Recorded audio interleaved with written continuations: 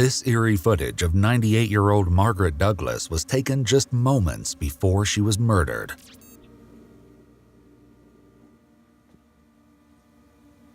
She couldn't go to sleep. I touched it, it was cold, felt clammy, but felt like styrofoam to me. Then it hit me. Was she still alive? No, I don't believe. Oh my God. That woman was 98 years old. And it's my son.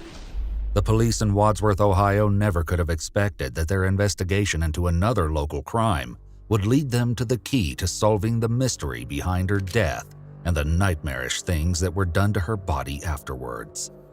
The deranged motive behind the unthinkable crime would leave the offender's family, as well as the police, in shock. The nightmare started when a man called the police to report that his car had been stolen. Much of what he reported was a lie, but would still lead to a truth so disturbing it would stick with the investigators for the rest of their careers. When police brought a 17-year-old Gavon Ramsay into the station on April 13, 2018, to talk about breaking curfew and the increase of crimes in his neighborhood, they had no idea what they were getting into. Gavon was accompanied by his mother, Chris, and the police informed them both that he was not under arrest and could leave at any time. Some of the following footage has never been seen before. Gavon, does your mom know why you're here? I think for the most part, yeah. He said he climbed on top of the church. Yeah. So there's got to be more to that story, because I wouldn't be going down here and picking up at school if that's what you did.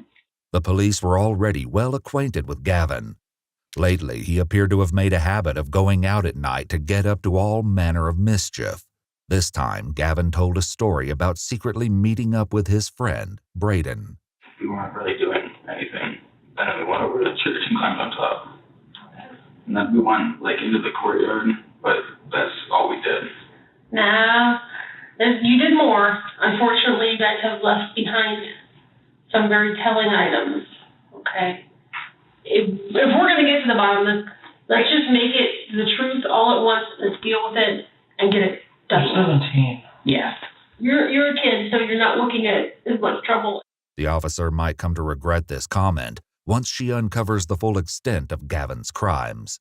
For now, all the police knew was that Gavon had been out after his curfew, but that was barely scraping the surface. Since he was staying rather tight-lipped, they also attempted to get the story from his friend, Braden. Your phone.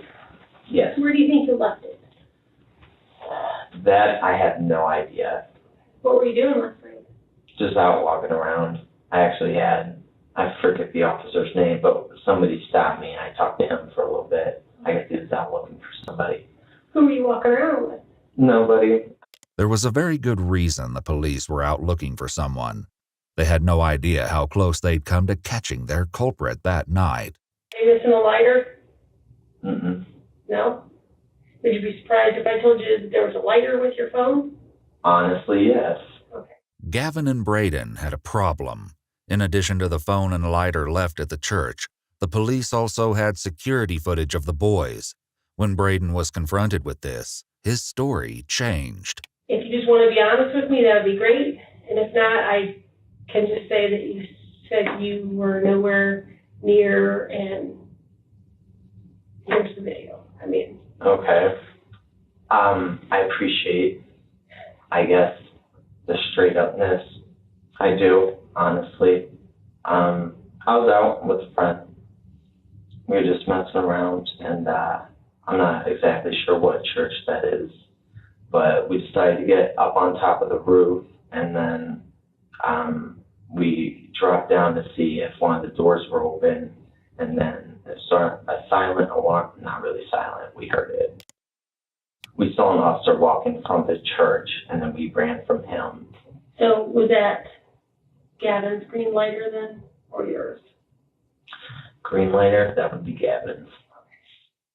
When he found out Braden was talking to police, Gavon confirmed the story about the alarm.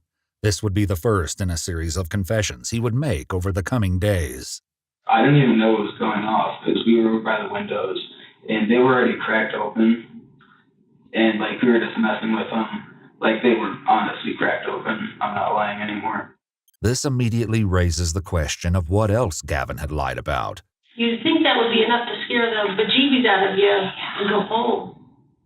Were you guys going to hide in the trailer? No. What did you do with the trailer? I poked my knife behind like the little seam in it and popped it out. Why were you guys going to go in there? I don't know. We honestly had nothing to do. And me and Braden together, we know it's not good, but I don't know. We're good friends. We just hang out. According to Gavon's mother, her son wasn't supposed to be hanging out with Braden. This restriction didn't appear to have the intended effect, but that would soon be inconsequential compared to what else Gavon had been up to. You guys do anything else in the area? No. So you guys didn't go into any cars? You know what? It would make me feel a lot better now if it was just the two of you that went into the cars. Yeah. You know, because of the other issue in the area. I'm sure. I didn't even know there was a car issue there. Yeah. Oh, God. Yeah. You guys didn't. Now would be the time to tell, okay? Because we processed the cars, we did fingerprints and DNA.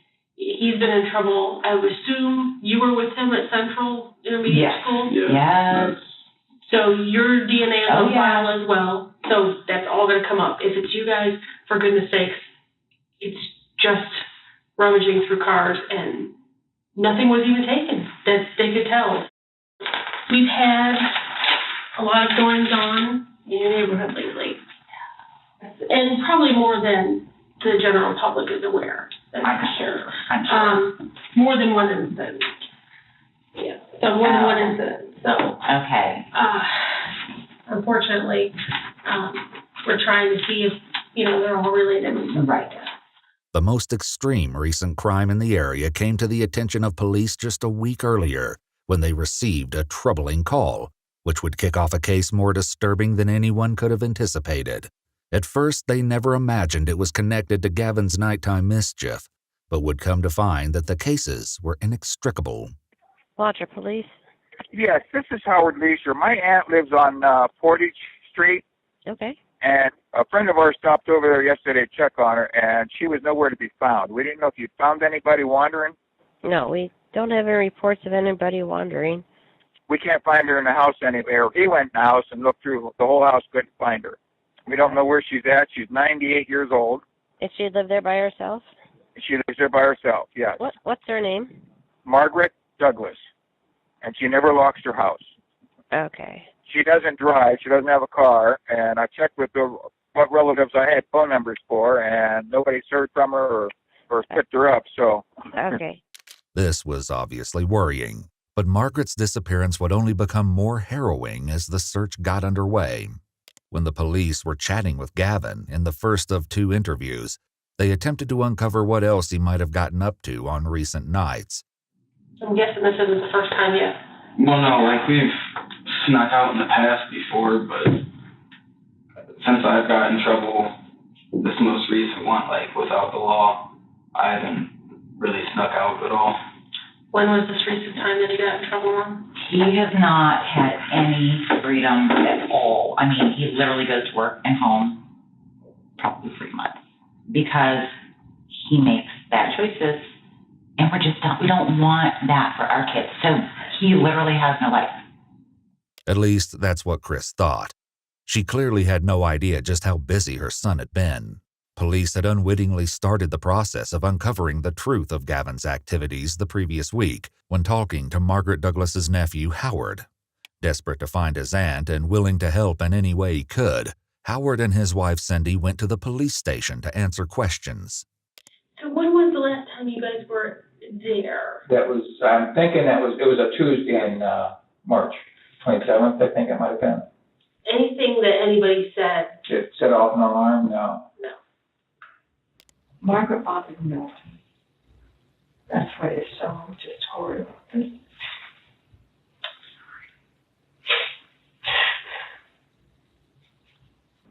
She wouldn't hard sleep. And so this past Sunday. David called us. Okay. David, who had grown up next door to Margaret and her late husband, was the couple's friend and caretaker. The police would need to talk to him too, sooner rather than later. During Gavon's first interview, things got progressively more disturbing as well. But police could never have guessed that his tale would eventually become a full-blown horror story. Did you rummage through glove boxes or anything? Yeah. And you didn't take not even change or anything? Maybe like 50 cents, but other than that, seriously nothing. Okay. What'd you do if somebody did that to my car? Like, that's And so upsetting and scary. I understand that, but it's really their own fault for not locking. No, I don't lock mine half the time. Because You lock yours every day. it's not the point. It's not yours. Gavin's crimes would only escalate from this point on. The previous week, with no idea that they were working on a connected case, the police met with Margaret's friend David. What he told them would prove to be invaluable, though it was far from reassuring. And I came up Sunday, and between 4:30 and 5, somewhere around there, and there were 3 newspapers on the front porch. So I knocked on the door and then opened it. She never locked her door. Was it common knowledge that her front door was not locked? I don't think so. I know we never told anybody. I wouldn't want anybody to know something like that, you know. David walked through every room in the house, including the basement, but couldn't find Margaret. Where she was ultimately found would sicken and outrage everyone who cared about her. During the first conversation with Gavin, which took place a week after Margaret's disappearance, it became obvious that he'd been up to far worse things than he initially let on. We had a carjacking, Oh my God. and the suspect is a young white male with a nice complexion and blue eyes. Is that you? No, it's not me. I wouldn't know the first thing about jacking a car. The proximity of the crimes was more than slightly suspicious, and the police likely believed Gavin was still holding back. They had unknowingly drawn closer to the heart of Gavin's dark secrets when Margaret's friend David recounted not being able to find her. Little did anyone know that this would be the lead-up to a stomach-churning discovery. Well, I called Howard, her nephew, to see if they came up, because they come up and take a grocery shopping every 2 weeks, like, or salt, to see if they took a grocery shopping. He said, no, they hadn't. When Howard still couldn't reach Margaret the next morning, he went to the house in person. Meanwhile, David also called some of Margaret's other friends and neighbors, but they hadn't heard from her either. And this is all on Sunday? Yeah. And then, Were you making those calls on your cell phone? no, I made it on her phone there On her phone? on the desk. It's the old style phone. Oh, the rotary phone? Yeah, the rotary phone. Okay. Yeah, and I called on that. You don't want to use that digital phone? Well, it wasn't in the bracket Okay. where she kept it. The missing phone would also turn out to have shocking implications, along with a few other seemingly innocuous observations made by Howard and his wife. I know we weren't able to find her wallet and checkbook. Can you describe her wallet to me? Her wallet is red. It's about, I would say rectangle. I would say maybe 4 inches in width. Do you remember the location of the heater when you were there? Oh yeah, it was right smack in front of the closet door. Okay. And actually that thought hit my mind when they asked me to look for her coat. And I went over there and I thought, why did Margaret put that heater in front of the closet door? The odd placement of the heater would come up again later. Perhaps the strangest thing was a jar of blackberry jam in Margaret's living room. There would turn out to be a sick reason it was there, but nobody knew that yet. Gavin's second interview, however, would eventually tell all. After searching the house twice and finding no sign of Margaret, Howard and Cindy decided it was time to call the police. When they arrived, Howard helped them search the house yet again, which is when the case took a turn. During their first conversation with Gavin, the police brought up the terrible results of that search. There's no reason for me to fluff anything up. Nope. And I'm sure you guys know about the elderly woman that was found. Oh my God, that was horrifying. That was horrifying. It is horrifying. Did you know her at all? No, other than just to see her out, like on a porch. That actually makes me want to cry. Like, how do you get to be 98 years old? Nobody lives to be 98. It's so rare. And someone else thought that was okay. Like, how does that, I don't know. Like, why does your life end like that? That's right. Margaret lived just around the corner from Gavon. Tragically, she'd been found deceased. She'd been strangled and her body hidden inside her own home. But the most horrifying facts of what was done to her body after death were not yet known. The answer of who was twisted enough to commit such a crime would hit far closer to home than anyone anticipated. And then I'd get all scared. I'm like, oh my God, I have all my porch lights on now, and I have stranger danger issues. The irony of Chris's stranger danger issues would not be lost for long. I can't imagine you doing something like that. No. Just interacting with you this little bit, I can't imagine that's in your wheelhouse. No. But there was so much about Gavon that nobody knew, including his capacity for unspeakable cruelty. I asked, did you get put in a bad situation? Did somebody put you in a bad situation? No. Yeah, let's look at it this way. Honesty is always what's best. I'm not holding anything back. Like, you've already gotten yourself in trouble, so. I know, and I don't even. I don't know what to say. Is there more? Because you know it always comes out. It's not that there's anything more. It's what the dude.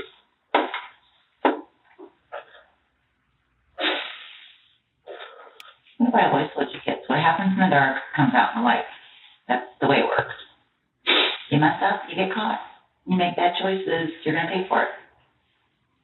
So if there's something else, let's get it all out on the table so that we know what we're dealing with. It's not anything else. It's, I don't know, I'm mad at myself. I'm so mad at myself. What are you so mad at yourself for? I was 16, already had a felony, like 5 misdemeanors, and now I'm going to be in more trouble. I have to go back to court, and I'm done with it. I'm so done with it. I'm costing them thousands of dollars, constant heartbreak. I've honestly probably never made either of them proud. I don't do anything good. Stop cussing.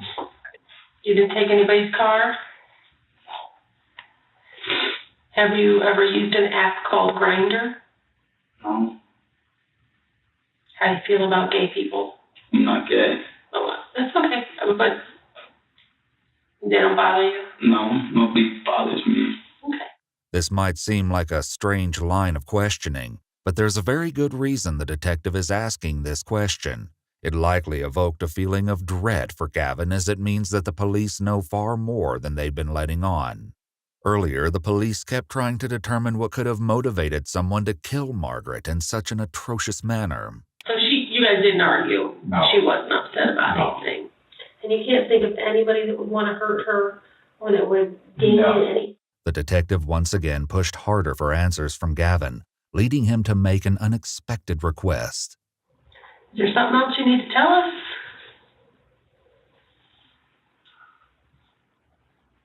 What's upsetting you so much? Nothing. The detective clearly hit on something. Honestly, can you two actually leave for a second? What's that? Can you two actually leave? So I can talk to her. Yeah. Okay. Sure. Knowing what had happened to Margaret, Gavon's mother was likely terrified of what her son didn't want to say in front of her. As it turns out, she had good reason to be concerned. Gavon was also unable to hide his emotions in the interrogation room, but this didn't stop him from giving the detective at least one of the answers she wanted, finally addressing the previous question about meeting up with someone from Grindr. But this was only one of the many secrets she would convince Gavon to spill.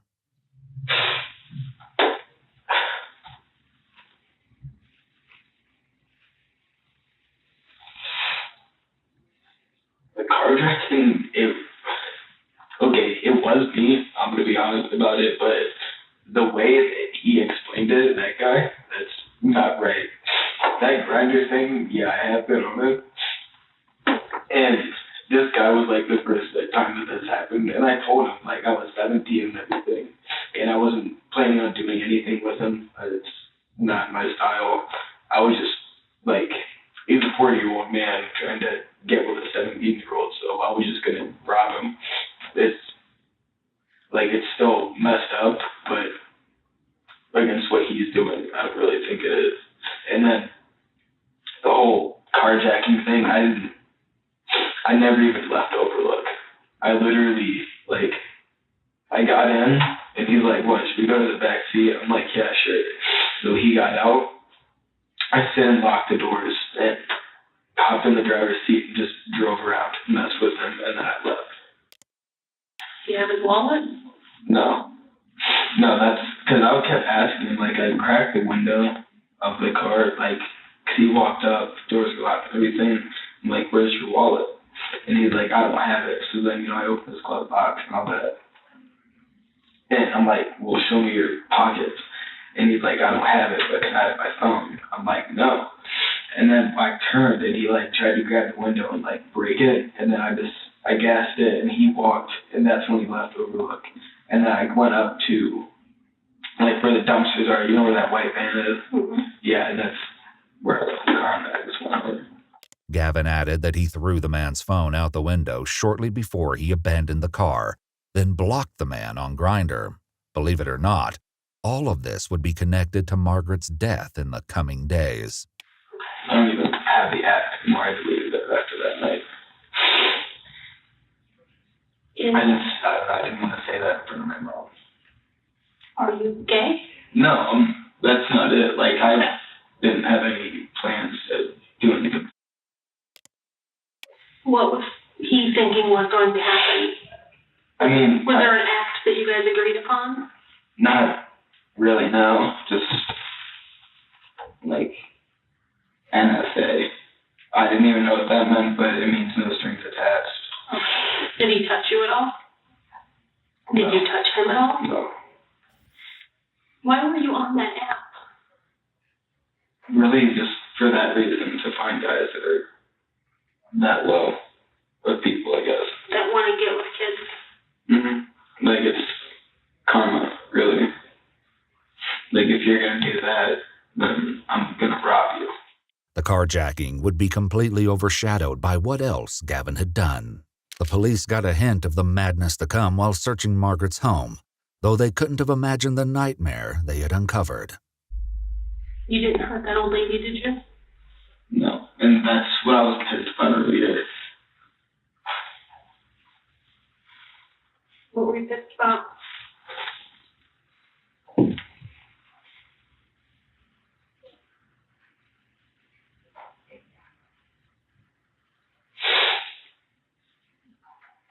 Because there's actually people accusing me of killing the girl. And that's, like, I just said some dark stuff and everything. And, like, I don't know, people know. Like, I'm a dark person, I guess, but, like, I'm not gonna go kill somebody. It's not like that. But people are they're like, oh, you killed her, didn't you? I really feel like you did. I'm like, no, I didn't.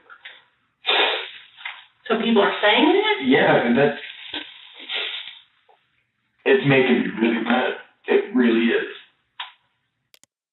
There's no reason that we would find your DNA inside her house because we swabbed the hell out of that house. You shouldn't. Okay. What do you think should happen to somebody that does that? That kills someone? Kills a 98-year-old woman. Yeah. I don't know. I think eye for an eye is the best way to go. That's how I look at things. Eye for an eye. I mean, if it makes you feel better, I will give them your name and let them know your DNA is on file, and they can rule you out. Okay, when we get a DNA profile. Would that help you? I mean, what, for like the lady? Mm-hmm. I mean, that doesn't bother me. Braden's DNA was also on record and would be compared to the crime scene. Howard, Cindy, and David all agreed to provide the police with DNA samples and fingerprints so they could be ruled out as suspects. I'm sure your mom's getting out there freaking out. Yeah, she probably thinks I'm confessing to murder. She's been in here so long. Just 3 days later, this remark would be cast in a chilling new light. Why would you even hear about an app like that? Why would you even do that? I don't know. Like I said, Mom, I don't know why I do anything that I do. That sounds all vigilante crazy to me. That's what that sounds like. So that will get forwarded also, and then God only knows what that charge is going to look like. Do you see how all these horrible things kind of tie together? Yeah. And you start to get pretty worried about what's happening, especially with the escalation of. Yeah. So, if there's something else or somebody else that you know is out there doing stupid crap. Yeah. Can keep it on the down low. Your name won't cross my lips, but I need to get to the bottom of what happened to this poor woman. While Gavon assured the detective that he'd told her everything, the bulk of his secrets had not yet been spilled. Unaware of what her son had done, Chris permitted the police to search Gavon's phone. With that, they left the police department.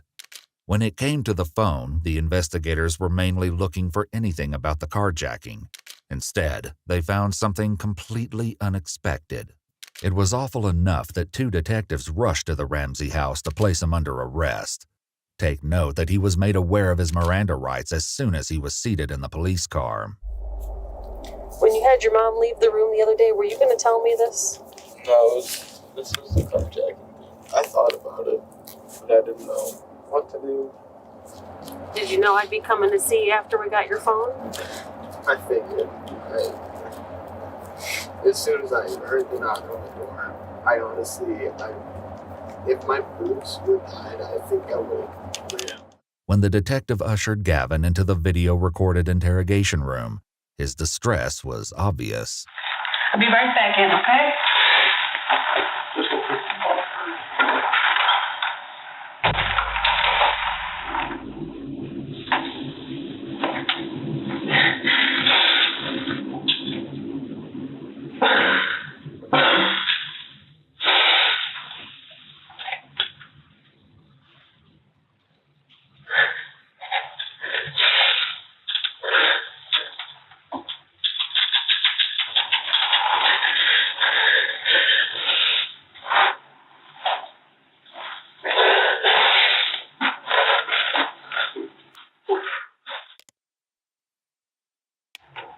You sure I can't get you a drink?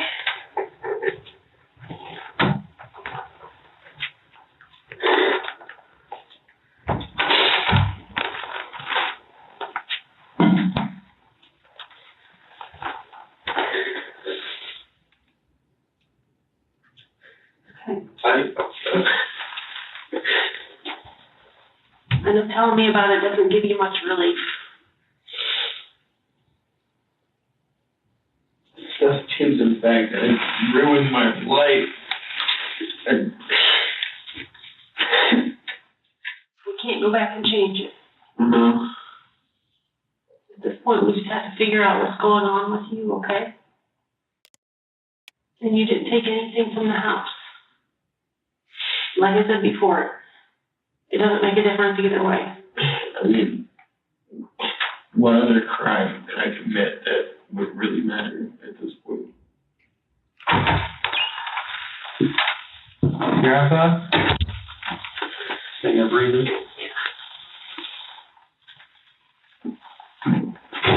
Feel more comfortable laying down then? Do you want to take these off there for a bit? That's up to you guys. You mind? I don't mind. I'm not worried about you. A little bit more comfortable, you know what I'm saying? Once Gavon was uncuffed, the detective set about filling in the specifics of the gruesome yet patchy tale Gavon shared on the drive to the station. The truth was about to come out once and for all, but each detail would make it more horrific than anyone could have imagined. Did you go in the house initially just to steal something? Just, honestly, all I did was I wanted the adrenaline rush. Oh, just going into a house. Something. Yeah. I think that's why I broke into the cars and stuff, because there's that risk factor, and all I've ever done is take risks, because that's the only thing that makes me That's your drug, adrenaline? Yeah, like, I don't know, nothing feels real to me. When I have adrenaline, it's like, alright. You feel alive. Not like there's meaning to you. Right? I don't know about meaning, but you understand, like, you feel like yeah, it feels different. It's like, I don't know how to explain that. Any bad stuff inside you goes away. I guess. This tied back to something unsettling Gavon had said in the car on the way to the police station. The adrenaline is the only thing that makes me feel like I'm even alive. Like when you met up with the guy with the car, is that adrenaline? Yes. Gavon continued his story, and he revealed that his meeting with the man from Grindr hadn't gone quite like he previously said. And there was some physical stuff that went on between the two of you in the car, right? Yeah. First time. Officially, I guess. Yeah. The stuff happened when I was younger, but it wasn't voluntary for me. You just weren't sure? Like when you got there, it's kind of like here's the plan, then things just start happening. Yeah, no, that's kind of freaked me out a little bit. What freaked you out? Your reaction to it or him? I don't know, just once I realized I was in the back of the car with some guy, that's when you realized it was just crazy. Yeah, and I didn't want to be part of it anymore. Had you met anybody on Grindr before? I had, yeah, before. So your whole intention of going in the house was just the adrenaline of being in somebody's house? Yeah, I didn't even want to rob the house. It was just the sneaky thrill of kind of get in somebody's house and get out and get away with it. Yeah, but if the door was locked, I would have just walked away. The whole breaking into the house, that was the adrenaline part. I think I didn't even have a grip on reality whenever I did that. You can probably guess whose house Gavon entered. As terrifying as this was, what he did next was truly mind-boggling. I didn't know whose house it was at first until he saw her. And you knew she knew you. Had you talked to her before? I know we discussed this a couple times, but... Just going to, like when I was 13 or 14, going to shovel driveways and stuff. You know, when I was actually doing something good. And nobody was with you this night? And you've not told anybody about this? No, nobody knows about this. Was it dark when you went inside the house? No lights on or nothing? None at all? Well, no, there was the lamp. The lamp was on. Were you in her house for a little while before you woke her up? I mean, I came up onto the porch, and I didn't even know what I was going to do. And I looked in the window and everything. I don't know, I felt like going into a house is like the biggest adrenaline rush I could get, I guess. So then I tried the doorknob and that just happened to be unlocked. Was it the front door or back door? The back door. Well, she was already asleep whenever I went in, because when I came around the corner, that's where I saw her, and it scared me. Because I didn't expect to see someone right there, because I didn't hear anything. So I came in, I opened the door, and I just listened. And then I didn't hear anything, so maybe nobody's home. And then I go to walk around that corner, I'm still going slow, but I see her, and she's, I don't know, sleeping or something. And then I go to turn around and hit the chair. And it made a noise and she woke up. And she started to scream at that point, you said? Yeah, because when I hit the chair, I turned back around and I looked and she was there staring at me and started to yell. And then went for the phone. She already knew what it looked like. Was that when you were trying to get the phone away from her so she couldn't call? Did you not get away, or is that what you guys thought it was the phone?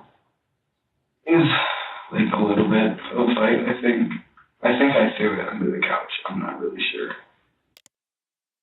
By the time I even realized what I was doing, it was too late to stop anything. And I mean, you realize that's when you're on the floor on top of her with your hands on her and stuff. That's when it's okay. Gavon showed the police an injury on his hand where Margaret's nails dug into his arm. He had other scrapes on his hands, but claimed these were unrelated. Margaret never stood a chance in the fight against Gavon, which likely made her final moments even more horrendous. So when she died, was she on the couch or on the floor? Floor. Were you on top of her then? Kind of. Like straddling her? Yeah. And did you use one hand or both? Both. Did you squeeze it or push her against the floor or both? Both. And you said you don't remember if she was bleeding at that point? The only reason I can think of bleeding is when I put my hand over her mouth. So when you were holding her hand over her mouth, you might have pushed too hard and maybe made her nose bleed? Yeah. The detectives knew Gavon had skipped over several particularly nauseating details, but those would eventually come out too. So how long do you think you were in the house before you woke her up? I don't know, probably like 10, 15 minutes. And then from the time you woke her up to the time you ended up on top of her, choking her, how long did that whole part take? Probably like 5 minutes. Was she like fighting back with you then, trying to struggle, and then you guys went down? Yeah. I think on our way down is when we got ripped. But you don't remember ripping her panties? Margaret's underwear was not just torn, but completely ripped from her body. Her bloody nightgown and bra were pushed up around her upper body. Fearing the implications, crime scene investigators swabbed all of Margaret's clothing, her body, and the items in the closet. The results would once again emphasize how reprehensible this crime was. Did she say anything to you when this was happening? Did you say anything to her? No, it happened. Happened quick. The level of indignity Margaret's body was subjected to was further emphasized in the detective's conversation with Margaret's nephew, Howard. And how many times did you guys go into the closet? I went in twice. When we first got there, the first thing I did was open the closet, but I had to move that heater from in front of the door. It's never there. Can you tell me how it was positioned in front of the door? It was flat against the door. All I had to do was put my fingers underneath the top lip, and I lifted it up and set it out of the way the first time I looked. And then I wanted to make sure, put it back the way it was, so I moved it back. Howard said his wife Cindy also moved the heater twice to look in the closet for Margaret's coat to see if she might have left. However, the coat was found in the closet, though it wasn't on the hanger where it belonged. Howard's second foray into the closet was life-altering. That's when I noticed the tennis shoe. So I tried to pick it up, I couldn't pick it up. I'm thinking, what's holding the shoe? So I just went and grabbed another piece of clothing and threw it back. And I've never seen this before in my life. White, and I touched it, it was cold, felt clammy, but felt like styrofoam to me. So I moved it. You all right? Give me a minute. Yep. So I moved another piece of clothing, and that's when I seen it go down like this, and I felt it up the front of her leg, and it felt the same way. I'm thinking, why she's got styrofoam in here? What is it? And then it hit me. So it took you a minute to realize that it was her in there? Yes, it did. Margaret's other shoe was also found in the closet, carelessly thrown on top of her, along with other items from the closet. It appeared that Gavon had pulled items down at random in an effort to conceal the body, including a sweater and a vacuum cleaner. That's when basically we left the house. Okay. Yeah.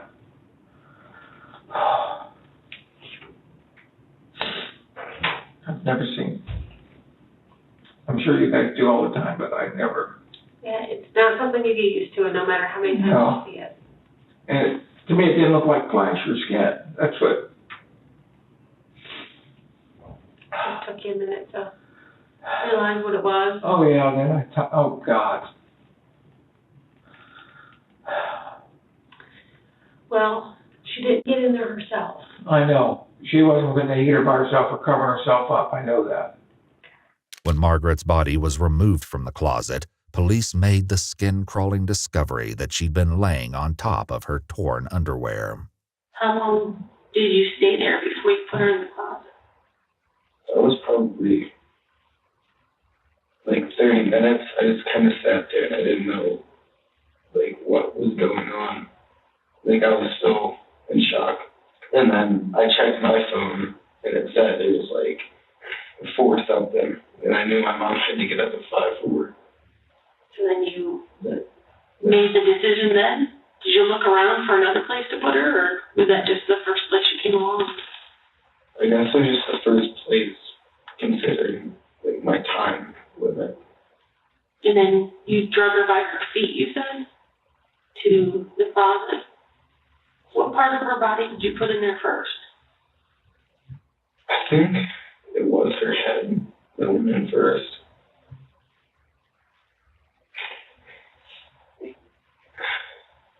Did you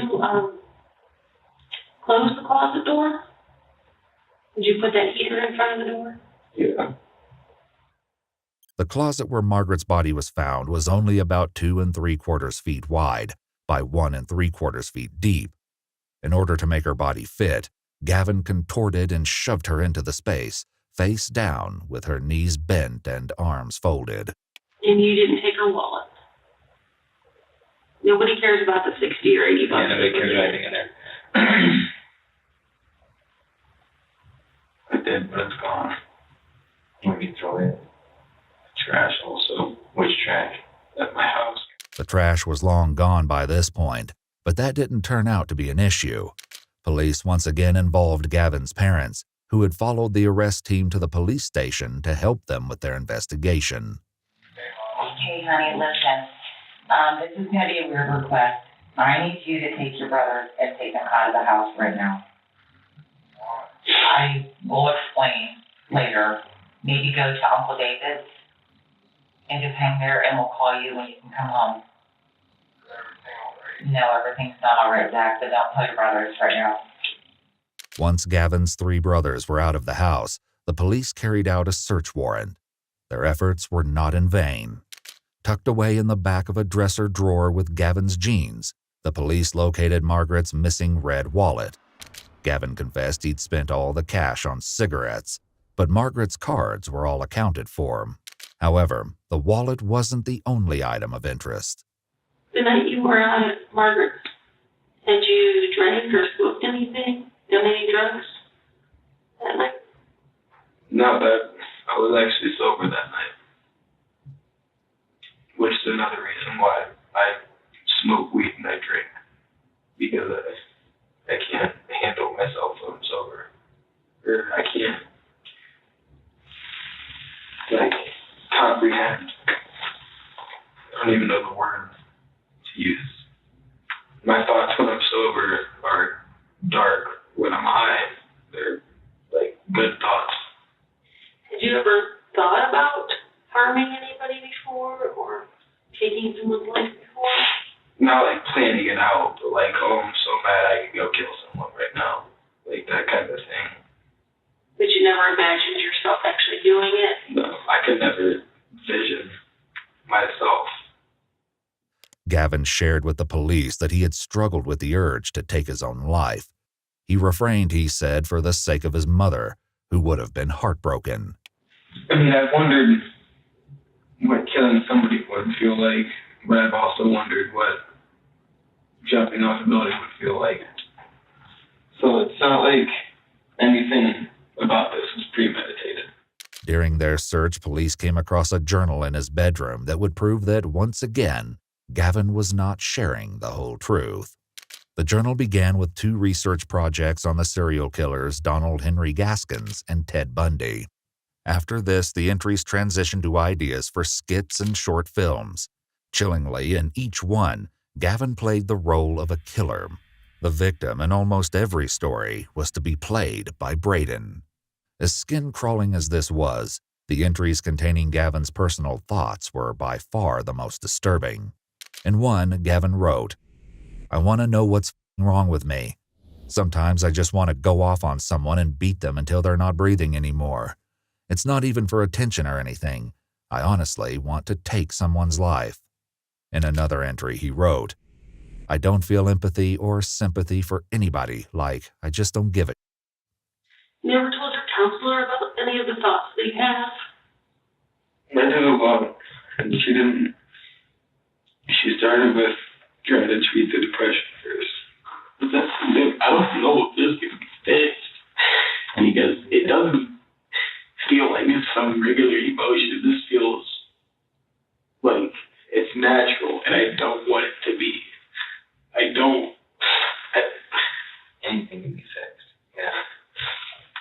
Gavon had been in counseling on and off for years and was diagnosed with ADHD and depression. Another entry Gavon made in his journal highlighted his depravity. He wrote, "I think if counseling doesn't help, I'm honestly going to kill someone. I'll probably take a girl out to the woods and rape her and kill her. I wouldn't feel bad about it, but I know it's wrong." We might never know exactly how much Gavon told his counselor, but he appears to have been very upfront with his coworker Haley. Haley shared a Snapchat conversation with police in which Gavon told her flat out, quote, "I watched one of those videos on YouTube and I laughed, and I'm pretty sure I could kill someone in cold blood and not feel guilty or sad or anything." Chillingly, when police spoke with Haley, she told them that she had no problem believing the despicable things Gavon had done to Margaret. But police still hadn't uncovered the full story. So what did you do with your gloves when you left? I threw those away Where at? in the trash can. At home. Because there was a glove there. Could you have dropped one? There wasn't one there. I guess I did drop one back. Gavon said the gloves just happened to be with him from when he cleaned the bathroom at home several days earlier. However, it wasn't the presence of the gloves that police were most interested in. There was something far more disturbing that they had discovered. There was purple stuff on it. What was the purple stuff that was on it?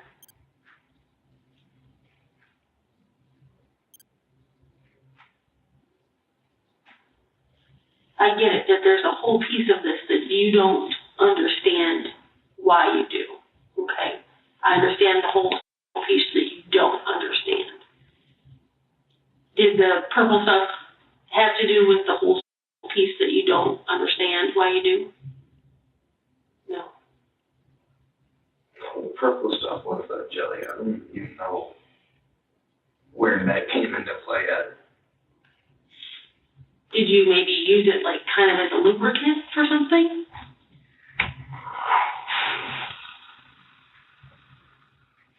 Is it a part you don't understand, or is it a part just embarrassing?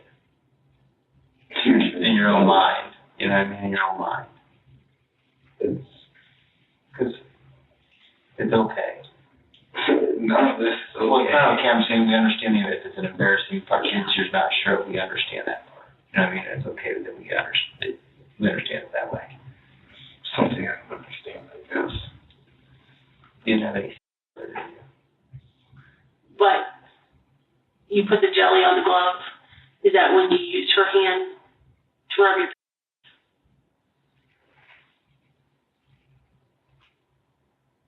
Yeah. This vile post-mortem assault was the nauseating reason the blackberry jam was found in the living room. Testing on the jar revealed the presence of male DNA, though it could not be matched specifically to Gavon. Similar testing revealed Margaret's DNA on the outside of the gloves and Gavon's on the inside, along with evidence of sperm. Male DNA was also found on her ripped underwear, and still the horror continued. And is that the same time that you were taking some of those pictures? Yeah, and after I took those pictures, well, like, That's when the shock set in. Yeah, it's like, what am I doing?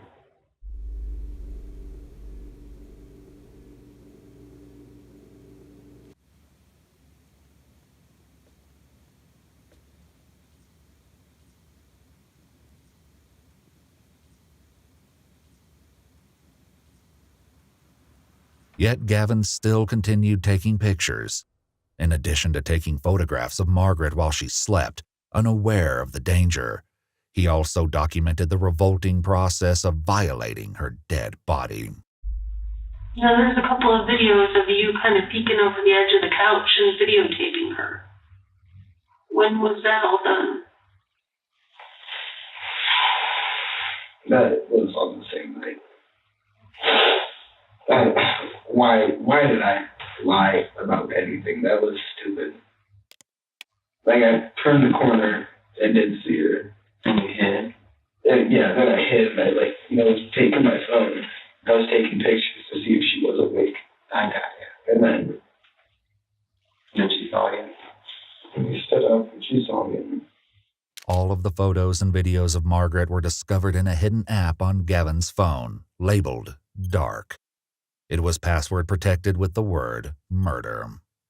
As if that wasn't enough, something else police found on Gavin's phone only solidified the case against him.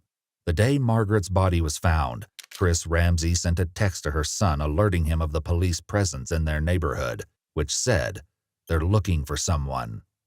Gavin's casual reply of, "Well, that's Wadsworth for you," was undercut by the fact that he then immediately looked up Margaret Douglas dead and Margaret Douglas, Wadsworth, Ohio. He deleted the search history, but forensic technicians were able to recover the information. Damningly, at the time of Gavin's search, Margaret's death had not yet been publicized. There was only one horrible way he could have known why the police were there and what had happened. Did you mean to hurt Margaret like that? No. No. Please note that at this point, the male detective stepped out for a moment, leaving Gavin alone with the female detective. Are you sorry this happened? Yeah, I'm really sorry that I did all of this. Were you sorry about all of this before you got caught? Yeah, I constantly, I think about it a lot, and I feel bad about what I did.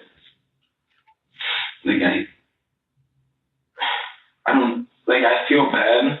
I know it's wrong, but I can't express the emotion. Once again, Gavin's journal suggested a far more wicked truth. He wrote, "I don't care that I feel the way I do, but I need counseling before I completely go off the deep end and do something that literally ruins my life. I wouldn't feel bad if I killed someone, but I don't want to sit in f***ing prison." If she was here alive in front of you, what would you say to her? I'm sorry. That was never meant to happen. If I could take it back, I would. There's a subtle upward inflection when Gavin says, "I'm sorry." His monotonous and emotionless tone is a stark contrast from earlier. It appears he can cry for himself, but not others. Still, Gavin seemed to find something else far more troubling than the life he took.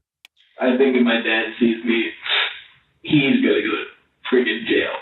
Because... Unfortunately, it's going to affect everybody. Yeah, I know. Well, it's gonna ruin our family name. Gavin's parents waited in the lobby of the police station for the duration of their son's interrogation. To say they were distraught when the police broke the news that their son was a killer would be an understatement. All the phone contained images of Margaret before and after her death, as well as videos of your son with her. Okay. Engaging in sex with her.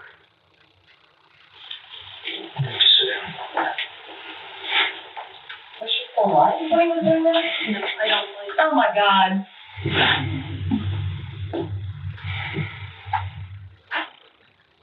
This isn't happening. This isn't real.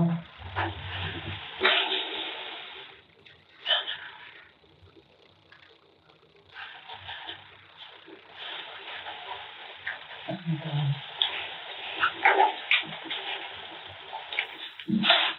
I wanted you to know, I spoke to the director of the juvenile detention facility. I explained the situation. I explained that he was highly emotionally distraught. I asked him to defer watch. Okay. I've asked him to take, to keep him under 24/7 observation. Okay. I know this is an emotionally devastating situation. I just know right now. It's a horrible set of circumstances. You deserve to know he will be tried as an adult. Oh my God, oh my God, 98 years old. Just living out her days. And here's my son. My son did this. And I'm mother all these people out here. And it's my son.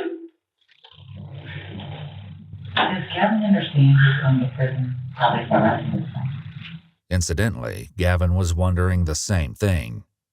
What do you think's even gonna happen with me? I think you're gonna go to juvenile detention. And you're gonna do some time in jail. How long do you think? I don't know. I just don't know, Gavin. I'll be honest, this Saturday, like, just 5 days from now, I was gone. I was leaving. You're gonna run? Because the only reason I didn't yesterday, because I knew my mom just took out my money for my insurance. And I knew my insurance doubled, so I had like no money. Well, Gavin, I'm glad it's gonna stop here. I'm glad this didn't go any further. Because I don't know that you would have been able to change on your own. No, I wouldn't. And I don't know, I had a pretty clear picture of what the next year looked like if I ran. Unfortunately, I think you would have hurt more people. Was that in your plan? I mean, that wasn't in my plan, but I could see that happening. On January 18, 2019, Gavin was convicted of aggravated murder, aggravated burglary, kidnapping, and abuse of a corpse. He was given a life sentence for murder, along with 10 years each for burglary and kidnapping, and an additional year for kidnapping to be served consecutively. Originally, he was meant to serve life in prison without the possibility of parole, but changing legislation for minors who were tried as adults renders Gavin eligible for release after 25 years in 2043.